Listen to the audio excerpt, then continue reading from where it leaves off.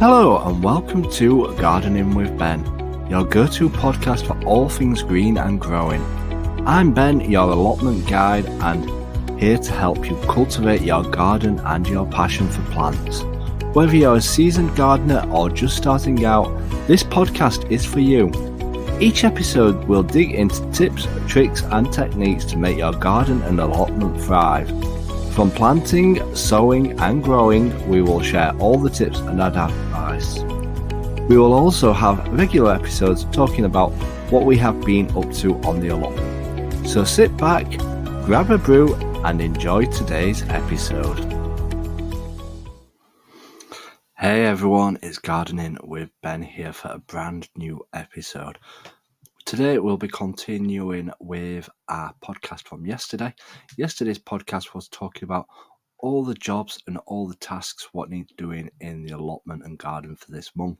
So if you've not listened to that, make sure you go and have a listen to it, get your notepad ready and get writing those jobs and tasks down, as there's always plenty of little jobs and tasks around the garden and allotment that you don't think about doing.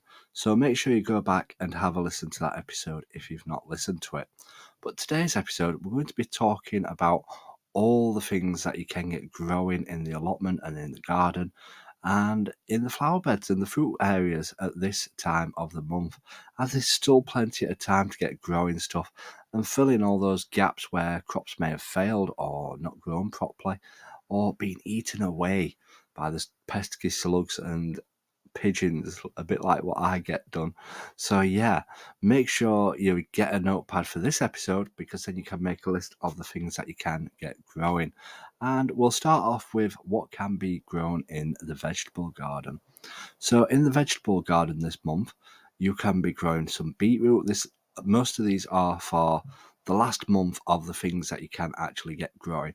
So beetroot is one of the last things that you can sow this month. You can't probably sow it later on in the year.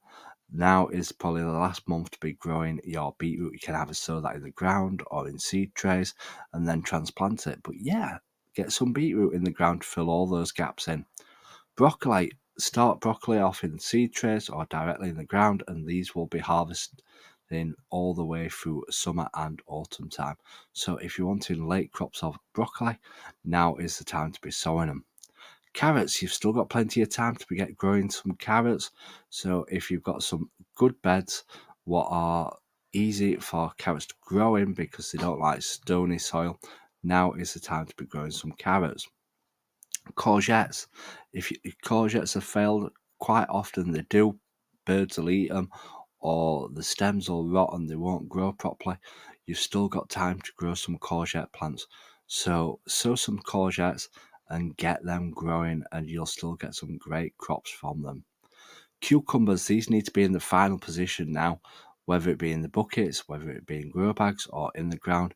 You need to have got these in the ground by now, but make sure they're protected from the slugs, because the slugs do love to eat them. French beans, this is now the last month to be sowing your French beans straight in the ground. The same goes for the peas. This is the last month to be growing peas, so if you want a late crop of peas, get some grown. And I sowed some last week, some peas, so as my other peas are doing really well what are in the ground at the moment, so I want a second crop later on, so I've sown a load more peas. Peppers, plant your peppers into the final place, a bit like your cucumbers. Get them ready and get them growing. The same goes for tomatoes. Get your tomatoes in the final place, ready to start fruiting. Radish and spring onions, these can be sown this month. So again, if you've got little spaces, little gaps, get some radish, get some spring onion in, and you can be having them in your sandwiches pretty soon, because radish don't take long to grow whatsoever. Turnips, you can sow these straight directly into the ground for crops later on in the year. So if you're wanting some turnips, fill the gaps in, possibly from where you've harvested from your garlic or your onions, because they'll be coming to their end now. So you'll have a gap where they are. Why not sow some turnips and get them growing? Fruits, now there's not many fruits to be sowing this month. To be honest, there's none that you can plant this month. The only thing for fruits is for the melons. Make sure they're in the final place a bit like your cucumbers and your peppers and your tomatoes. Make sure they're in the final place and keeps them supported as they get growing up netting, if you're growing them up netting. What flowers can be planted this month?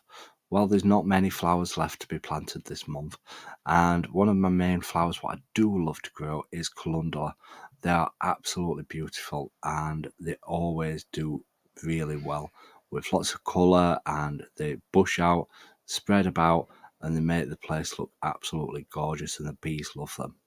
The same goes for sunflowers. If you've not started any sunflowers off to see who can get the tallest sunflower, you've still got time to be growing sunflowers. So get some sunflowers in quick and you can have some beautiful displays, especially for the bees. And maybe you'll be eating the seeds as well, because you can eat the sunflower seeds. Pansies. Yes, we're going to be thinking about winter. If you're wanting some colour for the winter, now is the time to be sowing those pansy seeds and getting them growing for winter. So that is everything that you can sow in June. There's not a load of things left what we can be getting growing, but there's quite a few. And I hope you found this useful, and let me know what you're going to be sowing this month. I've certainly got quite a bit of stuff growing down at the allotment. I've started a few things off from stuff that I've failed with, or whether I want to later crop with, or whether I want to fill the gaps in my beds. I've started quite a lot of stuff off this last week, as I want to get some more stuff growing, and hopefully we do. And this is the month when we will start harvesting stuff. We'll be harvesting as strawberries, we'll be harvesting as lettuce, possibly spring onions, as potatoes, things like that. So it's exciting this month. We'll be starting to collect all this produce, what we have been concentrating on growing. And when you're harvesting your first lot of produce, it's absolutely amazing. The taste, the texture, and you'll soon make a lot of friends because they'll all want to be tasting them. But yeah, this is an exciting month down at the allotment garden. So I hope you found this useful for today. Like I said, if you've not managed to make notes, why not listen to it again and make some notes of all the things that you can get growing and fill those spaces in. So I hope you've enjoyed it. Remember, keep smiling, keep shining, and keep gardening with Ben, everyone. Thank you for joining me on this episode of Gardening with Ben. I hope you have found some useful tips and inspiration for your own gardening and allotment journey. If you have enjoyed today's episode, please make sure to follow and subscribe to the podcast so you never miss a new episode. And if you have a moment, I'd love for you to leave a review and share the podcast with fellow gardening enthusiasts.